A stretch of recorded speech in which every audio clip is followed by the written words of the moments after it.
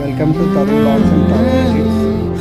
రోహిత్ శర్మ కూడా కెప్టెన్సీగా బాధ్యత స్వీకరించిన తర్వాత 5 ఐసీసీ ఈవెంట్స్ అయ్యాయి. టోటల్గా 5 ఐసీసీ ఈవెంట్స్ అయ్యాయి.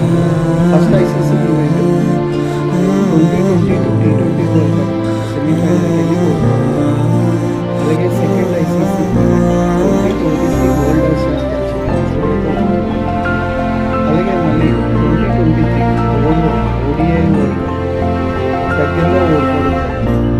అలాగే 2024 ఐసీసీ T20 వరల్డ్ కప్ గెలవడం జరిగింది. అలాగే 2025 ICC champions trophy Rohit Sharma గారి కెప్టెన్సీలో గెలవడం జరిగింది. టోటల్గా అంటే ఆయన కెప్టెన్సీగా 5 ఐసీసీ ఈవెంట్స్ అయితే మనం 2 ఐసీసీ ఈవెంట్స్లో గెలవడం జరిగింది. రోహిత్ శర్మ గారు మంచి కెప్టెన్ కూడా. ఆయనకి 2027 వరల్డ్ కప్ విన్ అవ్వాలని ఆయన కథ. ఈరోజు మరి విజయంతో ఇండియా ఇంగ్లాండ్ టూర్లో ఉంది. ఫస్ట్ వన్డే ఇండియా గెలిచింది, సెకండ్ వన్డే ఇంగ్లాండ్ గెలిచింది, థర్డ్ వన్డే లార్డ్స్లో జరుగుతుంది. మరి అక్కడ రోహిత్ శర్మ రిటైర్మెంట్ ప్రకటిస్తారు అని అంటున్నారు.